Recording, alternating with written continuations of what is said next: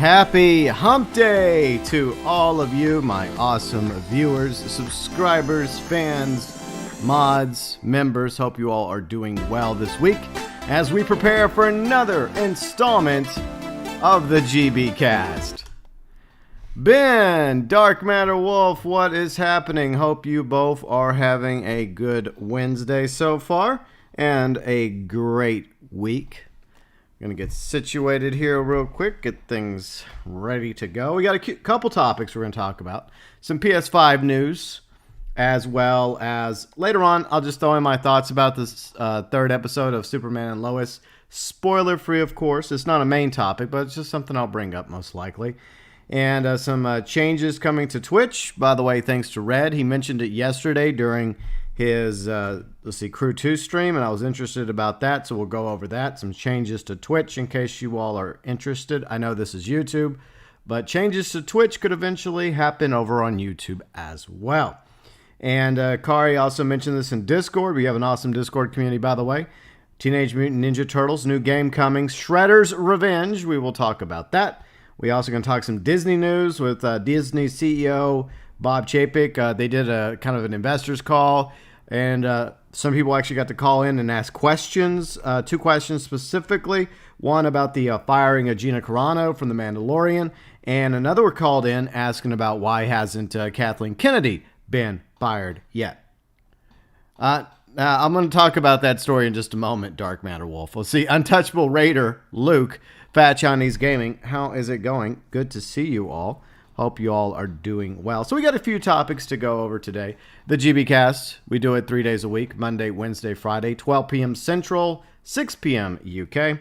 And we talk about video games, TV shows, movies, sci-fi, comics, and more, as well as whatever you all want to bring up in the chat. Feel free and do so, because we can always revolve around other topics here and there. I have a few topics I bring to the table. A lot of it thanks to some of you in our Discord community, and then some of you bring some things that are happening and in the live chat, and then we talk about this, that, as well as everything else. See, Fat says, I have to refill some... Okay. Oh, you just lost 24% income? Oh, I'm sorry to hear that, Fat. That sucks. Well, I hope you're able to get that sorted out. Sorry to hear that. Untouchable Raider says, Untouchable Raider, I have no idea who that is, Untouchable Raider. I mean, honestly, I don't know who that is. But I'm not going to pretend to know. Hopefully you'll elaborate and tell me. So anyways, the first topic we will go over today, since this is predominantly a gaming channel, we will talk about the PlayStation 5, because there have been rumors that there are some more going back up on stock. Of course, as quickly as they go back up on stock, they quickly sell out. And I have a fun story to tell you all as well from yesterday. Very, very exciting. We'll go over it in a moment. And see, Fat says, why do people that are not in the U.S. need to pay taxes? Fat, are you referring to Google? Well, Google's an American company, so that's probably why. Yeah, so Fat, unfortunately, since Google is an American company, I guess the content creators that are on YouTube, by and large, have to, unfortunately, pay taxes as well. Hello, Boring, how's it going? I'm glad Boring is here, because she's the one who told me during her stream yesterday that Twitter, that wonderful cesspool I tried to avoid. By the way, thank you, Red, because I have to go on Twitter to go over the Twitch news. So I try to avoid Twitter, but... So anyways, yesterday, fun fact, Boring, during her stream, was telling me that the restocks of PS5 were happening. And I got a little excited.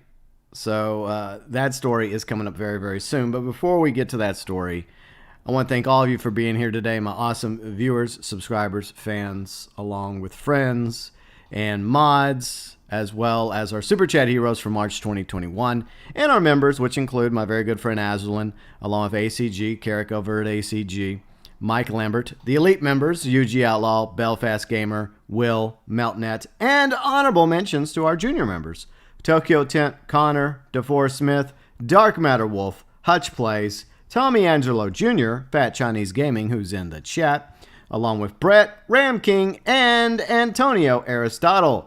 Junior members, and elite members going above and beyond for the GeauxBurns Nation. Okay, so let's get started with the GB cast with the first article. We're going to talk about PS5's restocking info. Now, let's back up a little bit. Monsieur's here. Hello, Monsieur. Yeah, David, we'll talk about Disney stuff later. We're going to talk about that later. So first off, let's focus on a PS5. So, fun story. I was watching boring streamers stream yesterday. Her and Fat were playing some GTA because I like to go check out my friends and see what they're up to while I'm working on other things. Got them in the background, and I was curious about how she was enjoying the PlayStation 5. So I asked her, and she mentioned how they were restocking. I'm like, well, what do you mean they're restocking? She's like, don't you check Twitter? I'm like, Twitter is a toxic cesspool, and I try to avoid it at all costs these days.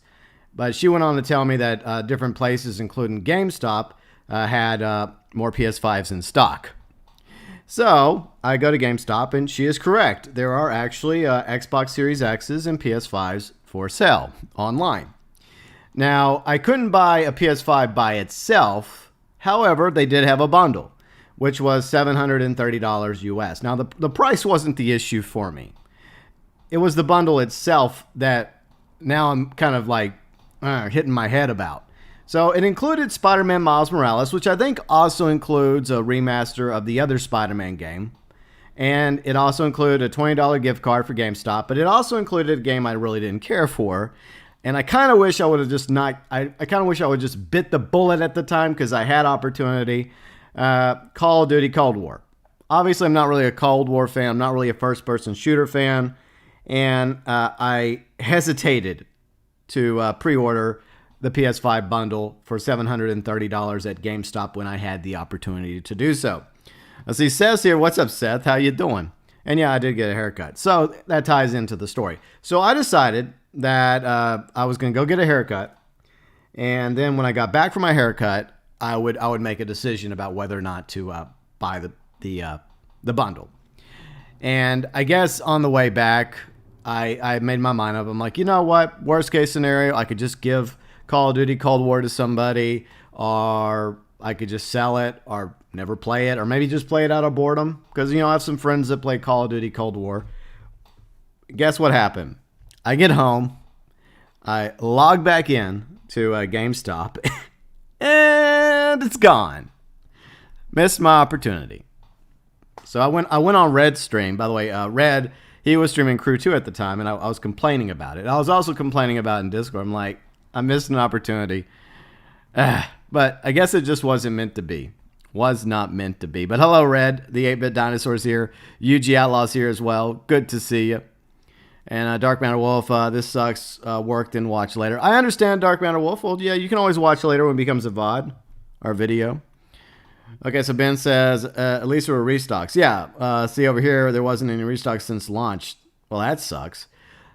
Yeah, I think that in Ireland, there's going to be PS5s finally arriving in Ireland in April, according to UG Outlaw. But that leads us to our topic of the day. So the past couple days, I've noticed on IGN, CNN, other places, information about potential restocks happening with the PS5. Now, if you have the opportunity to get the PS5 and you have saved up your money, I suggest you pull the trigger. Don't make the same mistake I did. Because at the end of the day, I mean, I don't know if it was like going to be a disc version of Call of Duty Cold War. That would have been best case scenario for me. Because that way I could have just given it to somebody or just sold it. But if it was digital, I guess, I don't know. I guess I could give the code to somebody, right? But missed opportunity. It's not the end of the world. I'm sure I'll have another chance, maybe before the end of the week, through either Target or through Best Buy. Those are the two I'm looking at right now. Plus, I am constantly checking on GameStop to see how that transpires. So this is from CNN, by the way. Finding the PS5 is a nightmare. Here's how to actually have a chance. So you're still desperately refreshing your web browser in the hopes of snagging a PS5? God damn it. Whoever wrote this, they feel our pain. They're obviously also trying to get a PS5, right? Because you don't just start your article by putting something there unless you're experiencing it yourself. So kudos to the writer. By the way, who's the writer of this article? Let's see. Michael C. Androcchio. I mispronounced your name. I'm sorry, Michael. I apologize. You're not alone. Sony's highly coveted next-gen console is still extremely hard to find even months after launch. Usually sells out before you can even click add to cart whenever the big restock occurs. Whenever trying to land a PS5 can feel a lot like playing the lottery. I think I'd rather play the lottery, and win a few $1 million, because eventually you'll be able to buy a freaking PS5 easily. There are some tricks you can take advantage of to give yourself the best shot at securing Sony's console for yourself. Here are the big stores to watch for when it comes to a PS5 restock, as well as expert advice for navigating the often messy PS5 shopping experience, eventually bringing one home. So, now this is just advice from other so-called experts. Take it or leave it. See, Fad says you're still waiting on the PS5 in Wells. Boring says the disc version will always give out games for the bundle. Digital versions will have extra controllers and or a plus. Okay, Boring. Huh, interesting. The bundles. I think they talk about the bundles in this article. So, PS5 restocks, the stores to watch. Okay, most major retailers offer $500 PlayStation 5 or the $400 deluxe digital edition of the PS5, though it tends to come back in stock at fairly random times and only at a handful of stores at once. CNN has assembled a handy list of biggest retailers that they've seen restock through the PS5, and here they are below. So you got Amazon. I haven't seen any on Amazon yet. So far, I haven't seen any I've been looking at Amazon, but none so far. Best Buy is the main one I've been looking at. Walmart, GameStop, which is the one I missed out on yesterday. Good job, me. Target, Newegg, Adorama, Sony Direct. So going through Sony Direct may be a good way to go. So right now, some people told me yesterday, I should just drive up to Target to look. But then I looked at the Target website, and it clearly says that they're only doing online orders. And they're doing, because of the bug, they're still taking precautions. And, you can only order it online, and then you just go pick it up whenever it's available for you to pick up. So it's not like they actually have them on the shelves, unfortunately. I wish that was the case. Riley, what's up, Riley? How's it going? All right, so continuing. Best Buy has the most reliable with the restock in recent weeks. We've gone 3 for 3 in offering the consoles on Fridays, whereas Walmart has done larger drops every 2 to 3 weeks, says Matt Swindler, managing editor at Tech Radar, who's been closely tracking the PS5 availability and providing rapid updates to his more than 140,000 followers on Twitter. Swindler also notes that GameStop has had a decent PS5 availability as of late, largely because of the retailer sells the console via exclusive and expensive bundles that don't sell out as fast. Yeah, I found that out. They don't sell out as fast, but they do sell out, as I learned yesterday. While history can tell us which retailers have the most consistent when it comes to offering the PS5, figuring out when they'll actually get the consoles in stock has proven to be much trickier. Quote, restocks can happen at pretty much any time, and that makes tracking these PS5 drops a sleepless 24/7 operation, says Swindler. Target does early morning restocks before their East Coast stores open, while Amazon has done surprises at 3 a.m. Well, usually I'm asleep at these times. Damn it. Sleeping on the job. While the PS5 usually sells out within minutes of coming back in stock, there are a few things you can do to give yourself the best chance of receiving the majestic confirmation email. There are some tips for those who are still on the hunt. Note that the advice also applies for those trying to get the Xbox Series X as well as the Xbox Series S. Set up retailer accounts and stay logged in. So that's very, very important. What's up, Dr. Anarchy? How's it going? By the time you're entering your credit card information at checkout, the last PS5 in stock is probably going to go out the door. As such, they recommend... See, this is the problem I have. I don't like doing this. I prefer not having my credit cards linked to the account. Better safe than sorry. I'd rather just punch that information in, when I'm checking out. But that's just how I roll. As such, they recommend setting up accounts with every major retailer in order to save precious seconds during the checkout process. Once you have your user account on sites such as Amazon, Best Buy, Target, complete with your payment and contact info already set up, you have fewer clicks to make when it's restock time. Yeah, Just don't know how I feel about that.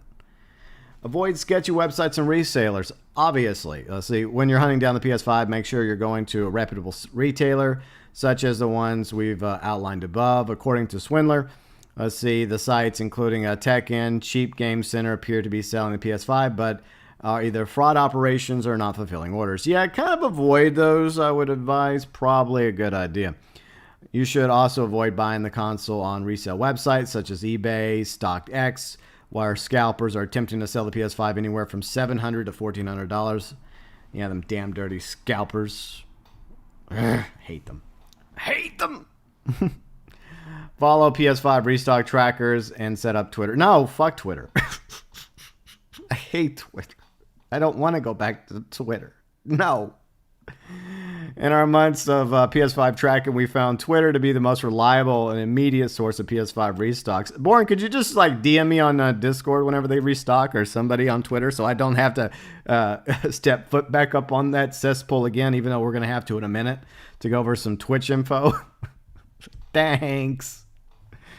See, that's because folks such as Swindler and the popular gaming account Wario64 track PS5 restocks daily and will post links to the stores currently selling the console and second it comes back into stock. We recommend signing for Twitter notifications. I don't wanna. Take advantage of the Amazon wish list. Well, since I guess I have Amazon, I guess I could do that.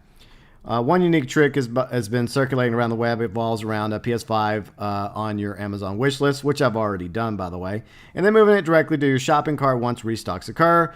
Several users have reported having success with this method when the main retail page isn't working, and the folks at Tom's Guide were able to successfully replicate the hack multiple times with the Xbox Series X. To add the PS5 to your wish list, simply click on Add to List icon in the upper right-hand side of the Amazon listing. By the way, we will get to your chats in just a moment. And MVP's here. What's up, MVP? How you doing?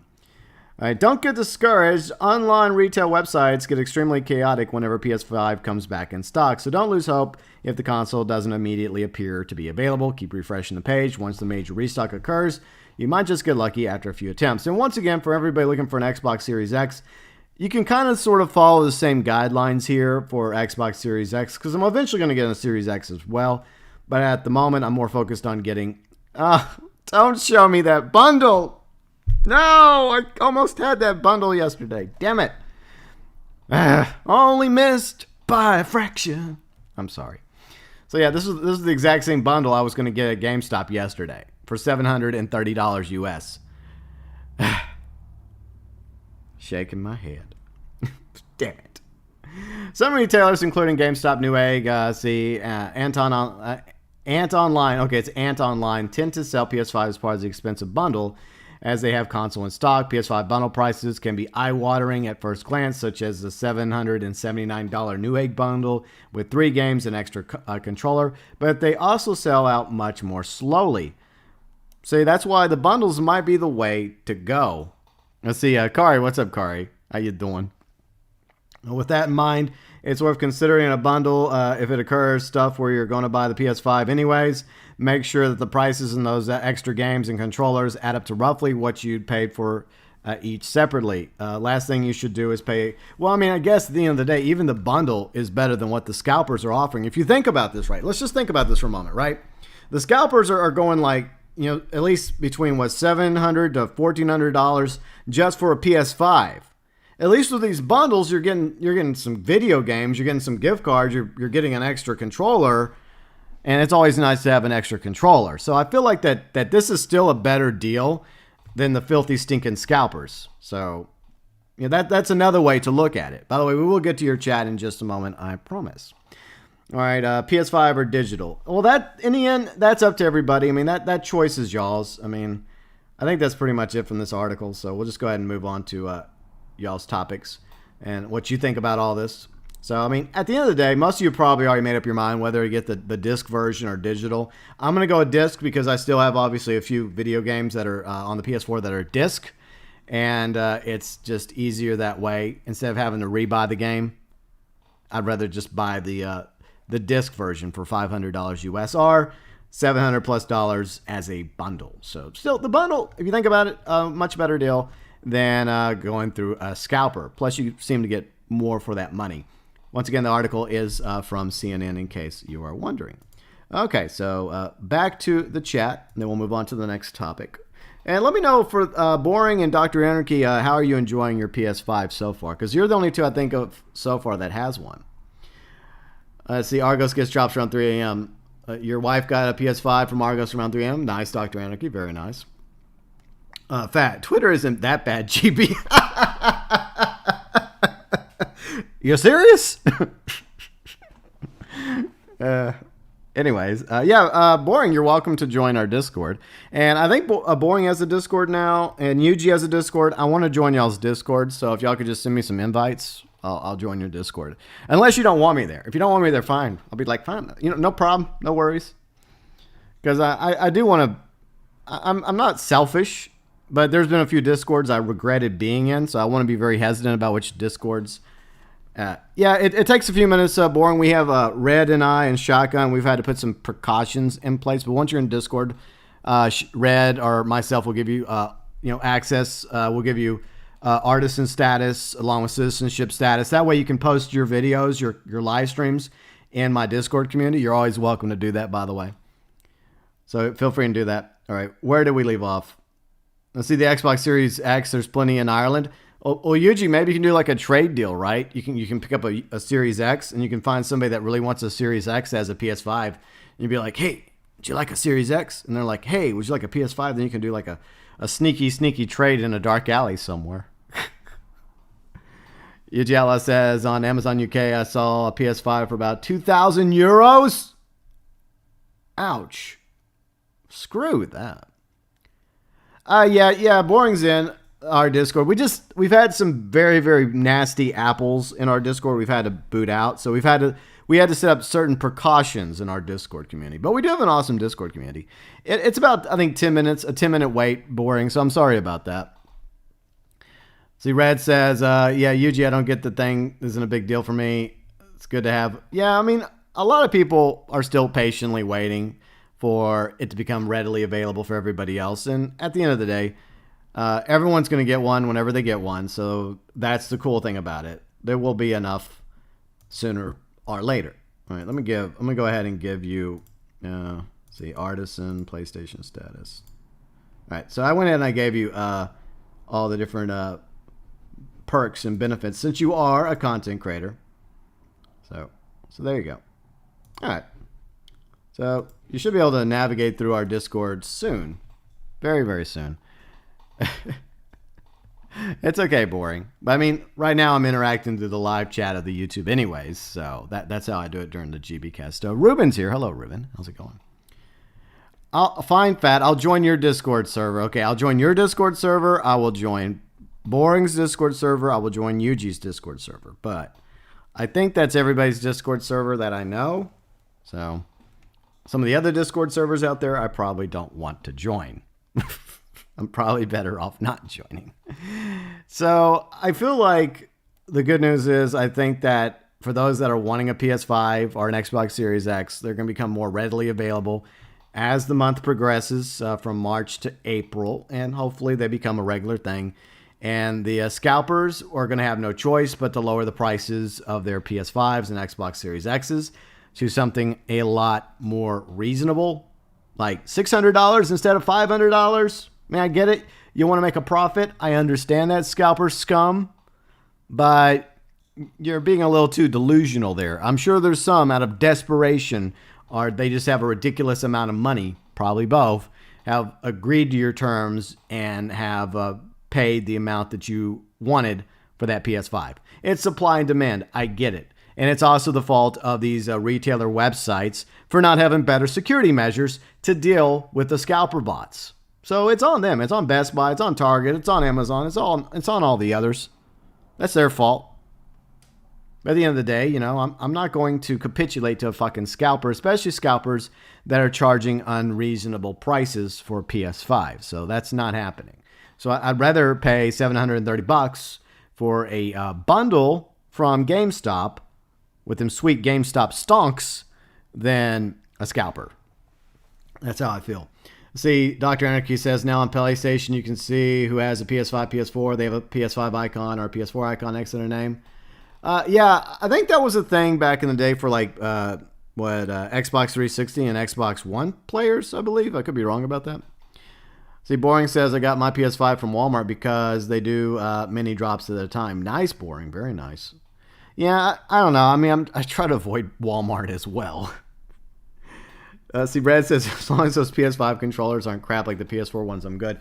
Isn't there like an issue with the controller? Like some of you have been telling me that like it kind of like eventually starts drifting like on the game to the like left or something, or the right or some direction.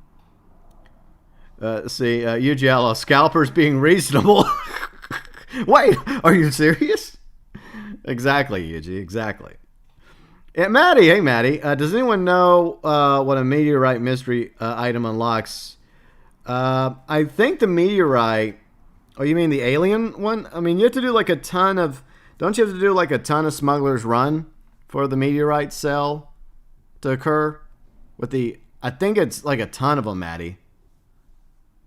I'm avoiding a lot of things. Yeah, I have to. Better safe than sorry, you know.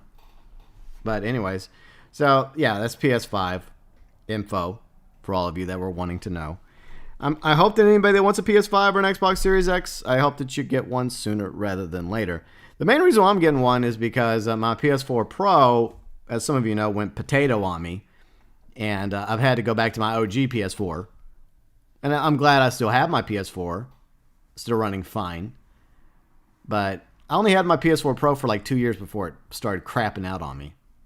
Fucking sucks. So that issue made it more, I guess, urgent for me to go ahead and upgrade to a PS5. But I'm also going to get an Xbox Series X. Kari says the PS5 controllers have a drift issue as well. There have been teardowns of them finding at the cheap parts. Well, see, Red's concerns are once again valid. You know, they're just going cheap on the controllers. Like, that's just the way it is. But I'm hoping maybe like they'll find the issue and then they'll come up with an updated version of the controller, and maybe they'll actually allow players to like send in their current PS5 controllers and maybe get reimbursed, or maybe the other way around, right? Maybe you can request like an updated, like a fixed PS5 controller. They ship it to you, and then you have to ship them back the quote unquote broken PS5 controller. So that would be a good PR move by Sony. Whether or not they do it remains to be seen. So far, Dr. Anarchy hasn't had any issues with your PS5 controller. Well, I'm hoping that maybe it's not every single PS5 controller. Maybe it's just like an anomaly or something. But I guess we'll just have to wait and see as more and more people get PS5s and PS5 controllers, whether or not that issue is just like a certain percentage of gamers out there, or it's a much more larger pandemic. I didn't want to say it, but I did. Too soon? Probably. Red says, UG sounds like I would buy the third-party made controller. Yeah, it's pretty sad that there are a lot of really good third-party controllers out there that tend to do a better job when it comes to Xbox. Well, I mean, Microsoft's always done a decent job with their controllers, but specifically with Sony, it seems like a lot more people gravitate towards like a third-party controller because they seem to do a better job with the the quality of the controller, which kind of sucks. You think Sony would take better pride in it. Ben says, I don't think the drifting is widespread yet. Well, I hope it doesn't end up being widespread. Boring says, I haven't had any issues with my controller either, so that's good. Sometimes I use the PS4 controller while on the PS5, because that's another cool thing, because you can, like, for like PS4 games, like Boring said, you can just use your PS4 controller on a PS5, but only for like the PS4 games that are forward compatible to the PS5. So if you prefer the PS4 controller, for those games at least, you can still use your PS4 controller. So there's no reason to chunk your PS4 controller yet, unless it too is having issues. Dr. Anarchy says the PS5 controllers themselves receive actual software updates. Nice. The same thing happens, Dr. Anarchy, with the Xbox One controllers. Microsoft also updates those. And I'm sure the same can be said for the Xbox Series controllers. So that's something Microsoft has been doing for a while. So UGL says if you want a broken, unresponsive controller, go to wish.com. Oh, God, UG. Hey, how did Nightbot not time you out over that? Usually when somebody makes a mistake of not spacing like a period with the next word, usually Nightbot gets pretty salty. Maybe it's because you have a auxiliary wrench by your name. That's probably why you get exclusive. Liquid Still, what's up, Liquid Still? Sometimes I use a PS4 controller while on the 5. Okay, cool. Cool, boring. 5 says, I think I'm going to go get the digital version. That would make sense for you, Fat, because you already have like the Slim. Is most of your games like digital already for PS4? Because that's the reason I'm getting the disc version, because I have some PS4 discs that I don't really want to rebuy. So I feel like it makes more sense for me just to buy the disc version of the PS5. Mario, what's up, Mario? Hi, everyone. I see it's a dirty move for Sony that the PS4 controller is not working on the PS5. No, it does work. Actually, all right. Let's see. Boring left a message in our Discord. Oh, hello, Boring. How's it going? Welcome to our Discord. Let's see. And let's see. Boring says DMs. Yeah, Wario64. Yeah, we talked about that a moment ago. I don't want to go to the. There, I joined your Discord, so I'm in your Discord now. Hope you're happies, UG and Fat. Boring. If you want to send me an invite to your Discord, I would join it. I promise. There, I'll even send you a friendship. There you go. You have a friendship now. Okay, so speaking of Twitter, I don't want to do this. Fat. Red. For once, Fat's not being blamed. We're blaming Red for this, because now we're gonna go over to Twitter.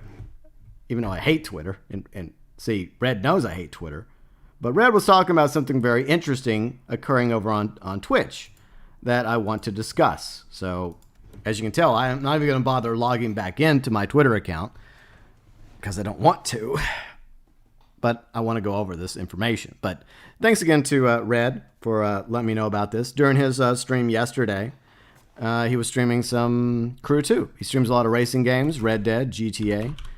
So, Liquid Steel, you don't have a Discord. Is your Discord ex-wife jokes? But anyways, let us move forward. Let's see. Dr. Anarchy says you got the digital version. All of your PS4 games are digital. So yeah, that definitely made sense for you. Yes, Fat. You can stop crying now. Yeah, I knew it. I knew your Discord would be all about your ex-wife jokes. Okay, so let's move on, shall we? To the toxic cesspool of Twitter. I'm gonna need one of them really after workers in nuclear plants, they put on the hazmat gear and then they go into the plant for like 5 seconds and then they have to run out real quick so they don't get radiated, and then they have to take one of these really hardcore showers. I feel like this is something I'm gonna have to do after the stream today for going on Twitter. I just don't like Twitter. Okay, so this is from Dylam Terrari. So there's some things happening over on Twitch. And I know this is not Twitch, but I feel like it's important to talk about because I have friends that also stream on Twitch. And I also watch some of my friends, like Azralynn. She plays on Twitch. Another friend of mine, Huttch, plays. He's on Twitch. Shotgun Mark, Lark, a few other friends. They do the Twitch thing. And I do have a Twitch account, by the way, but it's mainly just for watching Twitch and watching my friends play Twitch. But I prefer YouTube because, it's where my content is. It's where you all are. It's where my community is. So, yeah. Yeah, thanks, Boring. Thank you. Okay, so anyways, we're going to talk about some Twitch news. Twitch has added an automatic brand safety score, which grades how brand friendly every streamer is based on things like chat behavior, ban history, manual ratings by the Twitch staff, played, age, auto mode, and more. So we'll read over the code in a minute. We'll just read through the basics. See, a couple days ago, Twitch added to their GQL internal API inputs. See, keyword query to API for brand safety score, which is sent to advertisers for ads, sponsors, also probably for bounty purposes, as well as see a full list of actors that Twitch is targeting are. This is what they're targeting, basically. Age, whether streamer is 18 plus, 21 plus or not. Manual rating given by Twitch staff. Ban history, relationship the streamer has with Twitch. Auto mod, whether or not auto mod is enabled and what level is it. And then next is the partnership status, ESRB rating of the game they're playing, whether or not the stream is set to mature or not. So that's some of the code information. The following is just speculation, but very plausible. Twitch could also use this to affect the CPM and bounty opportunities. So it looks like Twitch is doing this twofold to, I guess, encourage their streamers to cater more to potential advertisers, sponsorships, commercials. That way, a lot of Twitch streamers who, are making money on Twitch are encouraged to do certain things in order to continue making money. In order to be, like you said, Kari, in order to be quote-unquote brand friendly. Let's see, Paradise Gamer. What's up, Paradise Gamer? How's it going? Okay, so here's some of the code. By the way, I'm not a code expert. So, yeah, there's a lot of things that Twitch is doing right now that the streamers on Twitch need to be aware of. Like my friend Azralynn, Huttch Plays, a few others as well. You want to be very, very mindful about this. And just, I guess, be prepared accordingly to the changes coming to Twitch. And it's very possible that these changes will eventually find their way on YouTube if they haven't already. So obviously, just like Twitch, which is owned by Amazon, Google, which owns YouTube. Both of these companies want to make money. They want to make as much money as possible. And they want to make money off their streaming sites. And they want to make money off their streamers. So they're going to focus their sponsorship deals. They're going to focus, the brands and making brand-friendly streamers like more, quote-unquote, important, more focused in their algorithms, whether it's Twitch or YouTube, than some of the more questionable Twitch, YouTube streamers. So streamers like that, which don't follow the, the quote-unquote guidelines of Twitch or the guidelines of YouTube, they're going to find themselves slowly but surely being pushed aside. So it's a dangerous precedent that Twitch is putting into motion. I can see it both ways. From a financial point of view, I can see why they're doing this, but I also see like more behind the scenes going on to where, there are concerns that like, well, what do you consider to be brand friendly? What do you consider to be okay for sponsorships? If you have an opinion, right? An opinion that is not popular, right? But it's still an opinion. It's not a really bad opinion, but it's an opinion that, certain groups out there don't like too much. Then maybe that's going to be the difference between whether or not you get sponsorship deals or you get adverts or you get raised up in the algorithm by Twitch or YouTube, or whether or not you're sent, a little bit further down into the bottom of the well.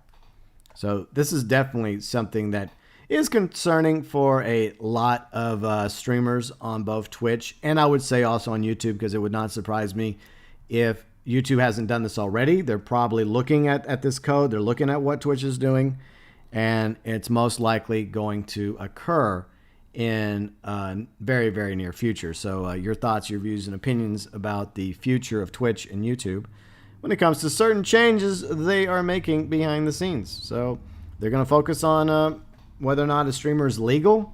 They're going to focus on what the Twitch staff thinks of this specific streamer. Are they in the good graces of the Twitch or YouTube staff? Their ban history, the relationship with that streamer, and all the other stuff, just like with the Automod, their partnership status, the games that they're playing, and their ESRB rating. It's PEGI across the pond, but in the United States, it's ESRB. And whether or not the stream is set to mature. So there's some of these that have already been implemented on YouTube.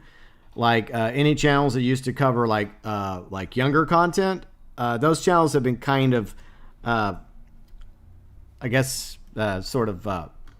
pushed down the well as well by Google. So, yeah.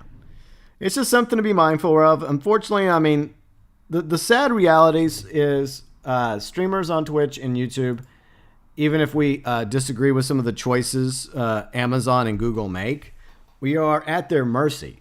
That is just a sad reality. And that's why it's important to always be aware of what's happening when it comes to changes coming to these platforms. You have to look at it. You have to say, okay, is there anything that's happening that's going to affect me as a streamer, as a content creator? And look, some of it might be reasonable, but there's always stuff that they're going to put in that you're going to think is unreasonable. And then you have to make that decision yourself as to whether or not it is this the hill you want to die on? And that's something I'm always thinking about. And as some of you know, I'm very, very opinionated. I have a big mouth, and I have trouble keeping my opinions to myself. So I've had that issue for a very long time. Yuji Outlaw says, I'll never stream on Twitch. It's like they're making up the rules as they go. Plus, look what they did to Dr. Disrespect. I agree. They still have given, as far as I know, they've given Dr. Disrespect no actual reason why they all of a sudden just kicked him to the curb.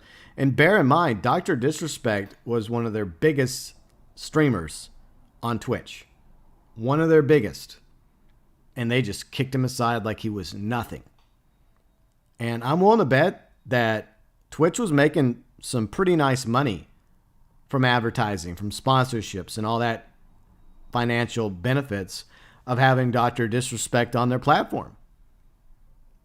But for some reason, somebody at Twitch doesn't like him, and they kicked him to the curb like he was nothing, like he was not even a Twitch affiliate. They treated him worse than a Twitch affiliate, like he was nobody. And he had built up quite a following on Twitch, and he had tons of subscribers on Twitch is the same thing as members on YouTube. So just like with YouTube, a certain percentage of the subscriber money goes to Twitch, just like a certain percentage of membership money goes to YouTube. That's just the way it is. And just like with the bits on YouTube, a certain percentage of that money goes to Twitch. So obviously, Dr. Anarchy was probably making Twitch, Amazon, a couple bucks a month during his live streams. And they had no qualms for kicking him to the curb for reasons they'll never explain. And that's unfortunate. And if there was a reason, then obviously Dr. Disrespect doesn't want to talk about it. But he claims, last time I heard, that they still have not given him a reason. Yuji Outlaw says, plus they banned him from Twitch Warzone tournaments. Yeah, they banned him from that as well. So, yeah, I don't know what Fat was trying to say, but hopefully, Fat, you'll retype it. But look, I get it. Some people don't like Dr. Disrespect. There's plenty of streamers and content creators I don't like. There's plenty of content creators and streamers all of you don't like. But at the end of the day, I do believe that there should be freedom of speech. I'm against hate speech, obviously. But I also believe in freedom of speech. And if you happen to have an opinion that is different than another philosophical group or faction within social media, you shouldn't be canceled over it. You shouldn't be fired over it. You shouldn't have your career ruined over it.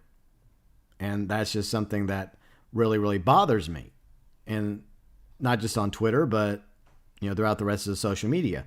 I feel like we have lost our humanity. We've lost civility. We've lost our chance to actually sit down and have conversations and discussions, real conversations like you would do in real life, sitting across the table from somebody at a coffee shop over a cup of coffee or a cup of tea or a bottle of water. Even if you disagree on something, at the end of the day, most people would simply just agree to disagree and call it a day. There would be no name calling. There would be no, back and forth, no, calling each other isms and phobes and whatnot. And just simply accept the fact that we all have a different opinion and we're not always going to agree. Now, even if you agree with me 9 times out of 10, there's still going to be that 1 time out of 10 where all of you disagree with me, and vice versa. And that's totally fine. That's the way we are. We're all different. We're all unique. Liquid still says, it could be wrong, but I think someone did not like Dr. Disrespect, so they got rid of him. Yuji Outlaw says, I like Doc. He's entertaining, but I don't watch. Yeah, I watch him a little. Every now and then I'll watch him if I'm just in the mood for some, because I'm not really into PvP, and he's pretty decent at PvP. I don't think he's the best PvP player, but it's just his persona, right? It's his persona that people enjoy. Yeah, Fat, I have watched some Dr. Disrespect here and there. I'm not a huge fan, but I do respect his shtick, if you will, the look, because it's a character, basically. It's a character he's portraying. That's not who he really is. It's a character.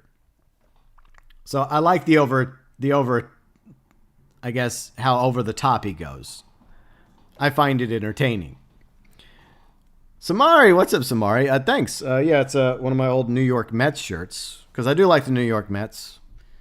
I don't know why. I guess whenever I went to go visit New York City in 2000, I became a Mets fan. Plus, I was also a Seinfeld fan, and so I've never really cared for the New York Yankees. So somehow I just became a Mets fan since the Subway Series.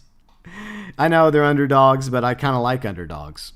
I'm not a hardcore Mets fan, just like I'm not a hardcore New Orleans Saints fan. I used to care more about sports, but I don't really these days. It's not as important to me as it once was. Heartless, hey, what's up, Heartless? It's all the. Oh, you think I guess Heartless. I don't know. But anyways, let us move on to some video game stuff because. Kari and I guess we both like the Ninja Turtles. Do y'all like Teenage Mutant Ninja Turtles? Isn't it called like Hero Turtles in other parts of the world, or it was, I think.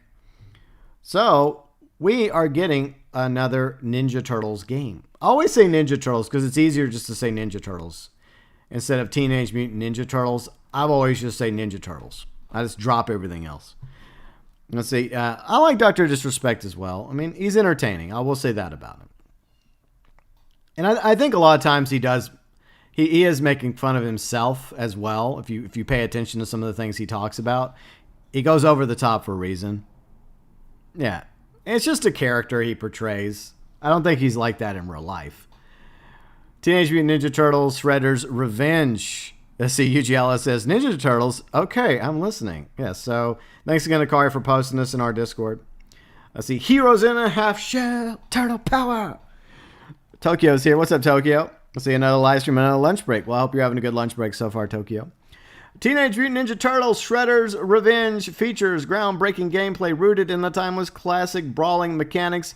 Brought to you by the beat-em-up experts at Dopemu. They did Streets of Rage 4 and tribute games. Bash your way through the gorgeous pixel art environments. Slay tons of hellacious enemies with your favorite turtle, each with his own skills and more, making each run unique. Choose a fighter, choose a radical combos, defeat your opponent, and experience intense combats loaded with breathtaking action, outrageous ninja abilities. Stay sharp as you face off against Shredder and his faithful Foot Clan alone, or grab your best buds and play with up to 4 players. Yeah, I loved the original Ninja Turtles games back in the day. Not the first one. A lot of people complain about the first one, what was it? Ninja Turtles 2 and then Ninja Turtles 3. Like, I love those. Those were fun. Like, especially the arcade version. They were fantastic from back in the day. See, Turtle Boys don't cut Shredder no slack with Bebop and Rocksteady assaulting Channel 6 and stealing super gnarly devices to support Krang and Shredder's latest twisted plan. The Ninja Turtles, Shredder's Revenge, sees the Turtles battling across righteous range of timeless locations from Manhattan to Coney Island, city rooftops, dank sewers, help the fearsome foursome trounce the Foot Soldiers, the Warriors, the Rock Troops, all the way to Dimension X, which is where Krang comes from. Obviously, I know a thing or two about the Ninja Turtles. Enjoy the full-color pixel graphics and vintage Ninja Turtle vibe that will rock you straight back to the awesome 80s. Every character, vehicle, weapon, item, background is directly inspired by the 87 TV show. I love the 1987 cartoon show. Plus April O'Neil and her little yellow outfit. Loved it. And of course, Master Shredder. Making you feel like you've hopped into a television with a dope mix of killer humor and action-packed adventures. Gnarly game design takes you back to the 80s. Beautiful full-color pixel art graphics. Old-school gameplay enhanced with super fresh mechanics. Up to 4 players simultaneously. Play with the iconic Ninja Turtle characters, vehicles, diverse gameplay options, radical new story mode, and totally more to come. So here's the specs in case you were wondering. And I'm sure this is going to be coming to console as well, hopefully. Well, this is off of Steam. So it's going to require at least Windows 7 Plus, like Windows 7 Plus to 10. Processor, this is for minimum, by the way. Intel Core i3 540 or an AMD. Let's see, Phantom 2 X4. Memory, you're going to need at least 4 gigs. So at least for the minimum 4 gigs. Graphics, NVIDIA GTX 960, Radeon HD 5750. overall, it's not really going to require much for your computer to run this if you're going to get it on computer. 4G gig space recommended. This is what they recommend. Once again, Windows 7 to Windows 10, Intel Core 5 i5, 8 gigs RAM, NVIDIA GTX 960, Radeon HD 5750 or better, 6 gigs available space. So it's not really going to take up much room on your PC. And I don't think this is going to require much. And I hope that this does get ported over to console, to Xbox and PlayStation. Maybe even Switch. This could probably make it over on Switch. It doesn't seem that demanding. And it does look fun. So there's some pretty cool screenshots. It definitely gives me like old school Ninja Turtle vibes though from the video games. Oh, that sweet pixel, yo. There's a video, but I'm not gonna play it because of you know how YouTube gets over videos, so we're not gonna do that. It's coming soon. I don't see a price tag for it. I can't imagine it being too expensive. But yeah, I'm kind of excited about this. I do like the Ninja Turtles. I love the very first live action movie. It was very dark, but in hindsight, it felt more true to like the original comics. So yeah, but I mean, Ninja Turtles 2, Secret of Ooze was all right, but then it kind of went downhill after that. So anyone excited about some new Ninja Turtles? Some heroes in the half shell? Cowabunga, dude, we're gonna go get some pizza. See, what do people have to say? Let's see. Dr. Anarchy says some people online are saying that 23-24 there'll be a PS5 Slim. Yeah, Dr. Anarchy, I feel like that it's a very real possibility that we're going to get a PS5 Slim and PS5 Pro somewhere down the road. Sooner or later, it's going to happen. Liquid Steel says, I love the Ninja Turtles cartoon original and original Nintendo video games. Absolutely great. I agree, Liquid Steel. Kari says maybe Splinter and April will be unlockable characters since they're shown fighting. Oh, they were shown fighting? Okay, cool. Very nice. Yuji Outlaw says, if you get this game, GB, I'm down to play with you. Okay, Yuji, we can go. I'm Donatello, though. I mean, I could be Leonardo or Donatello. I could go either way. All right, so let's continue with the chat. Let's see, it's been confirmed. So it's coming to consoles. Well, very, very nice, Kari. Very nice. Liquid still says I had 4 original Ninja Turtle toys. Yeah, I remember I had some action figures when I was a kid as well. I had a lot of stuff when I was a kid, but it's so weird. It's like somebody made that stuff disappear. I really wish I still had some of those. Because I had like some old school like Star Wars stuff. I had some old school Ninja Turtles, some Transformers. And it's gone. Turtles in Time. Yeah, Turtles in Time was a classic. Kari says the Ninja Turtle games on SNES and Genesis were good. Yes. And like that was back when people used to love playing arcades, and like the arcade version was fantastic, just like the arcade versions of the original Mortal Kombats were good. Loved them. Like, what still did you ever play Ninja? Well, I didn't play it the arcade at Chuck E. Cheese because where I grew up in East Texas, we didn't have a Chuck E. Cheese, but we had a bowling alley, and at the bowling alley there were some arcades, including like Mortal Kombat 2. Eventually Mortal Kombat 3, Mortal Kombat 3 Ultimate, and also the Ninja Turtle arcade games, and they were absolutely fun. Red says the game would look fantastic for Switch. Yeah, I think it'll be fine on Switch. I mean, I think if we're looking at the specs from a moment ago, like the PC requirements, even the recommended, yeah, I think it'll be fine for Switch. It'll look totally great on Switch. It'll be great. So it's gonna look good on Switch. I think it'll look fantastic on the consoles, PS4, Xbox One, and current gen Xbox Series S and X, as well as the PS5. So hopefully it'll be good. Hopefully it'll be worth picking up, and I'm sure it won't be too expensive. Kari says Donatello usually is the best one in the game due to his reach. Exactly. Plus, I like Donatello because he's a genius. But Leonardo's the leader, so I also like Leonardo. Michelangelo just likes to eat pizza all day, and Raphael's an asshole. He has a little bit of an attitude problem. Still says I was looking for the original Ninja Turtles cartoon on YouTube. It's like $7 a season. Well, I mean, that's not too bad, Liquid Still.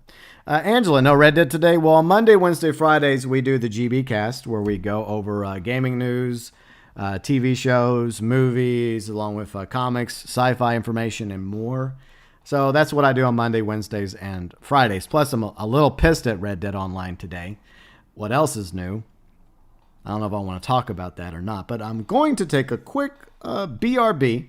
Hope you all are enjoying the GB Cast. If you are, be sure and leave a like. We're going to have some more topics to go over in just a little bit. We're going to talk about some Disney news, my thoughts about episode 3 of Superman Lois, spoiler free, and whatever information, news, topics you want to bring up revolved around, what we cover, like gaming, comics, sci-fi, TV show, movie, info. Anything you want to bring up, let me know, and I'll be right back with more GB Cast.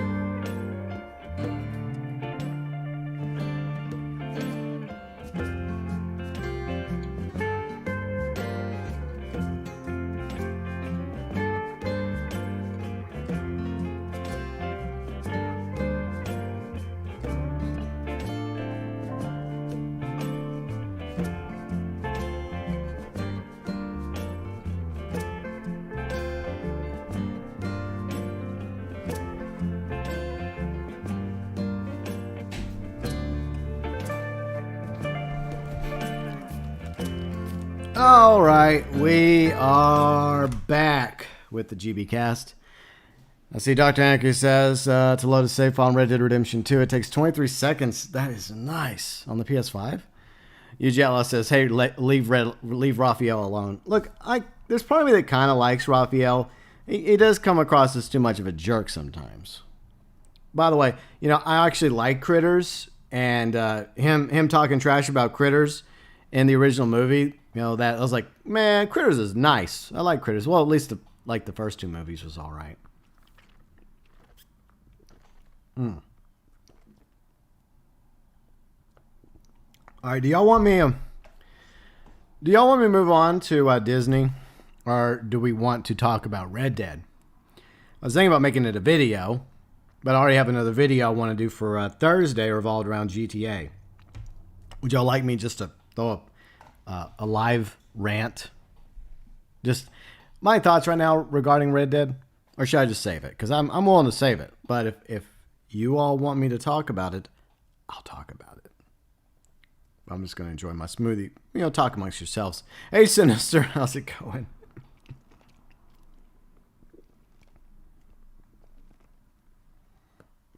What we may do? If we've got some time, a few minutes near the end of the stream, maybe we'll talk about Red Dead. I'm kind of wanting just to make it a video. I really am, because I don't know, I feel like I'm near my wit's end with that game. As much as I love Red Dead, as some of you know, there's just things that piss all of you off and piss me off. Speaking of things that tick me off, let's talk about Disney. Yeah. So we'll hold off on Red Dead. It's a tease, as they call it in the industry. A little tease. Let's go talk about Disney real quick. Hooray. So this is from Screen Rant. 2 Mandalorian books have been canceled due to spin-off scheduling issues. So there's trouble in paradise, as usual, in Lucasfilm. And there was originally going to be at least 2 Mandalorian books. The Ultimate Mandalorian Universal Guide and the Mandalorian Original Novel. They're both canceled allegedly due to scheduling. Allegedly. Now, there's some more things we're going to talk about that may tie into all this, because I feel like there's more behind-the-scenes drama occurring. 2 spin-off books to The Mandalorian have been canceled due to scheduling complications. Star Wars' first live-action series, The Mandalorian, has been a massive hit since its premiere in Disney Plus in 2019. Set 5 years after the events of Star Wars Return of the Jedi, the series is beloved for its story about the lone bounty hunter Din Djarin, played by Pedro Pascal, and his adorable force-wielding Grogu, aka Baby Yoda, as they adventure together across the galaxy. Along with the success among fans, Jon Favreau created the series and received multiple awards and recently nominated for a Golden Globe Award for Best Drama. So I'm going to try not to spoil too much from The Mandalorian, but obviously, as you may have noticed, Ahsoka Tano, played by the lovely Rosario Dawson, which David mentioned a moment ago, she's now in their sights as well for reasons. So Rosario Dawson playing the live-action version of Ahsoka Tano. I thought she did a great job, by the way. Of course, I've always liked Rosario Dawson as an actress. But unfortunately, like, she's another one that could be in Kathleen Kennedy's crosshairs.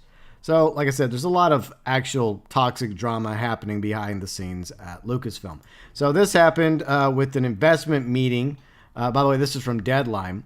And so what happens with a lot of these companies, because they have stocks and they have investors, and almost anybody can be an investor. You know, it's not just some big suit that lives in a mansion and has a limo and a butler. I mean, anybody can be an investor in, like, Disney, for example.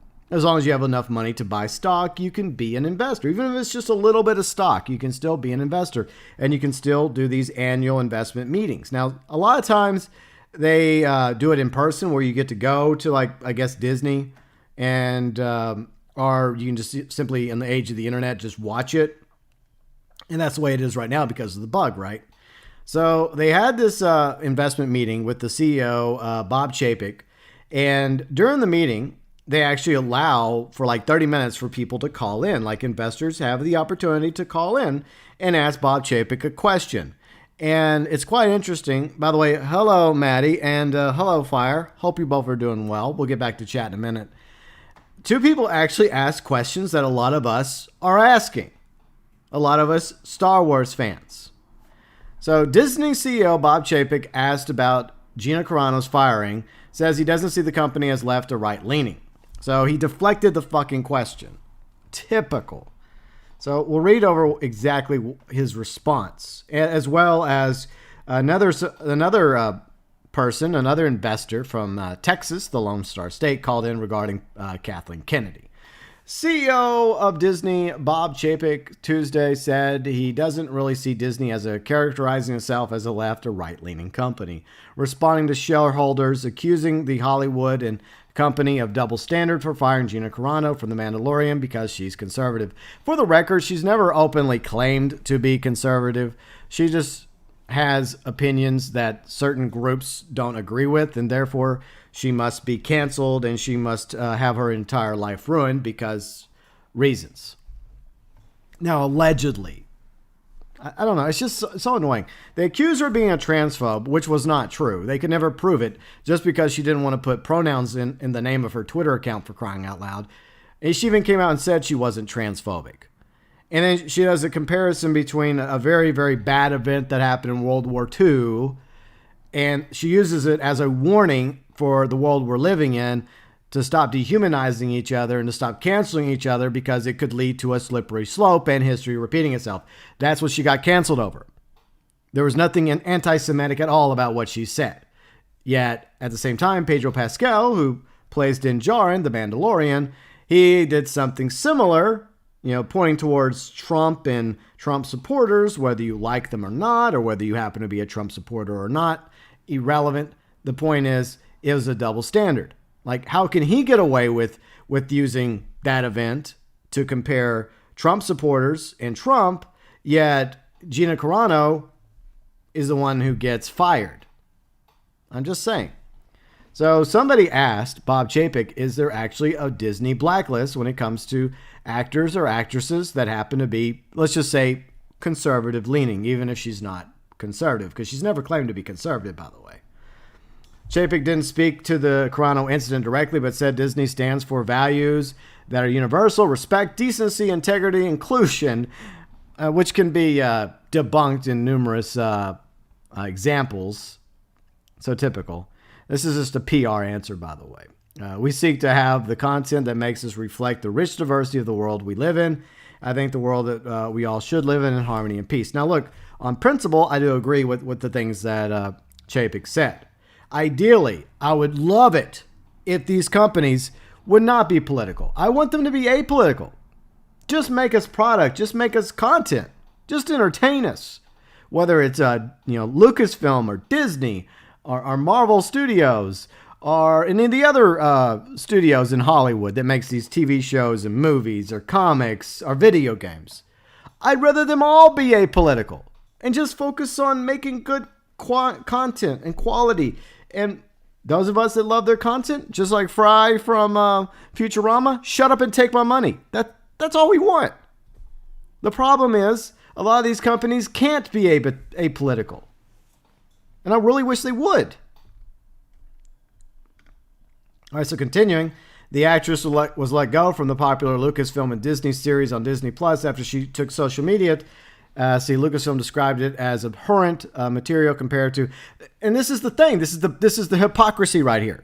Pedro Pascal basically did the same thing months prior, but because Pedro Pascal's opinion aligned more with certain people in the upper echelons of Lucasfilm and probably Disney, he doesn't even really get punished for it. I mean, yeah, he had to delete the tweet. So therefore, make Gina Carano delete the tweet. I don't think what she posted deserved to have her lose her job. Not just lose her job, by the way. She was dropped from her agent. Like the agency that represents her dropped her. Dropped her like a hot potato. It'd be one thing if she openly came out, spewing hate speech, right?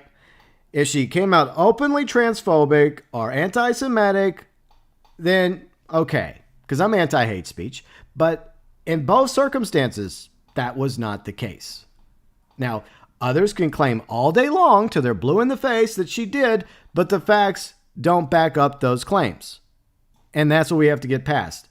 We have to get past the feelings and focus on the information that was provided.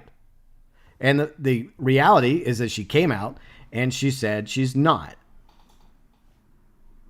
But at the end of the day, once you're in their crosshairs, nothing you say or do will stop them from putting you in the crosshairs, because they don't care if you apologize. They don't care if you bend the knee. They just want to destroy you. The moment they find something about you they don't like, whether you agree with them 9 times out of 10, they want you canceled. They want you fired. They want you gone. They want you destroyed. They practically just want you, I guess, living under a freaking bridge somewhere. All right, welcome back, UG. Welcome back. So Carano last month raised the issue of the double standard in an interview with the conservative commentator Ben Shapiro, noting that Pascal was not fired for the 2018 tweet comparing the Yeah, exactly. And so that issue, he wasn't fired over. And look, for the record, I just want to say this. I do not think that Pedro deserved to be fired either. He has a right to his opinion, just like Gina Carano has a right to her opinion. It doesn't matter to me if you're on the left or the right or, in, like me, a moderate. I'm in the middle because I see things kind of both ways and I have my own opinion about things. We all should have a right to our opinion without fear of being canceled. Whatever happened to have an opinion around here? It's just a slippery slope. You cancel one person over this, you cancel another person over this, then eventually nobody has a right to their opinions anymore. It's very dangerous. And we need to hit the brakes on this fast. All right, so let us read the chat. Fire says, I might have a chance to move up at my job. My coworker who's above me is thinking about leaving. Okay, that's cool. That's awesome news. Well, Fire, I hope that opportunity comes your way and you're able to move up the ladder. That is always a good thing to aspire for. I mean, yeah, it's probably going to be more responsibility, but hopefully it's better pay and it helps further your career along the road. That's very good. So that sounds very, very promising, Fire. Dr. Anarchy says, Dr. Anarchy says, I only go on Reddit online, do your dailies. Yeah, a lot of people they're barely even bothering with the dailies anymore in Reddit online. Kari says, Disney also pulled Peter Pan, Dumbo, Aristocrat, Swiss Family Robinson. They pulled them? I thought they just put a disclaimer on them. I thought they simply just put a disclaimer warning about the inappropriateness of this or that. Disney says bring out more Star Wars Legos. Yeah. Ugiala says doesn't matter what your opinion. Yeah. It's just sad. Look, people have a right to their opinion. I mean, this is one thing I agree with Bill Maher on. I don't always agree with him, but sometimes I do. Like, he talked about how, it's time to cancel culture. He's right. He also said we also need like a chill the fuck out month. He's also right. It's gotten so toxic. It's gotten so tiresome. And it's a big reason why I choose to avoid Twitter. Because I feel like if there is a place that could qualify as the den of all this, the lair, where it all comes from, the root. It's not the only place, but it's like the main area, right? It's like the capital city. It's from Twitter. And I'm not just accusing those on the side of the woke SJWs of this. They're guilty, but there's definitely those on the other side that are guilty as well, because action equals reaction. It goes back and forth, and then it gets worse and worse and worse. It gets very, very tiresome. And I just want people just to chill. Just stop canceling people. Stop dehumanizing people. Except that, look, you may not agree with Gina Carano, but you're not going to agree with anybody. Like today you defend Pedro Pascal. Tomorrow he'll say something you disagree with, and then you're going to want to cancel him. Today you defend this one actor or actress, but tomorrow you won't. Because no one is ever going to agree with you 100% of the time. Because we all have our different opinions. Sometimes we have stupid opinions. I've probably had a few in my time. I don't deserve to be canceled over it. But I'm just saying, unless it's outright hate speech or you're outright threatening somebody, right? You're threatening somebody's life. Then everything else should be okay. We should all have a right to our opinion. Kari says they outright pulled them from Disney. Well, I thought at first they did a disclaimer. I know they did a disclaimer for Muppets, and I heard they had disclaimers for Disney Plus for Peter Pan, Dumbo, and all those other shows and movies. So they're just going full force. That's crazy. Doesn't really surprise me. There is a Disney Plus article I did want to read real quick because it does kind of tie into. It's a PR puff piece. I think it was on IGN. Let me find it real quick. By the way, if there's any other topics any of you want to bring up, feel free and do so. The GB Cast is 3 days a week. Monday, Wednesday, Friday, 12 p.m. Central. No, I didn't want to go to Disney Plus.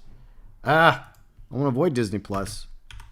I didn't even finish WandaVision because I had canceled Disney Plus.